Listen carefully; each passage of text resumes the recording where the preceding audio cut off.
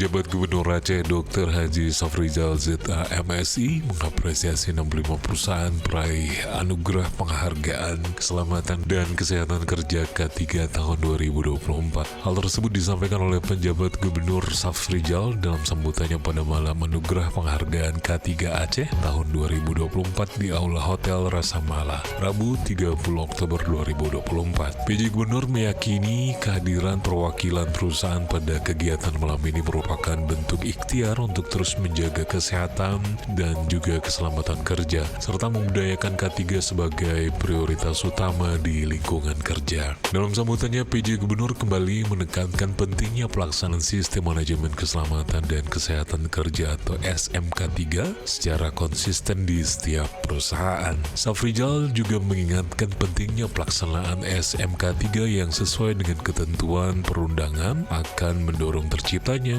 budaya K3 yang melekat di setiap individu.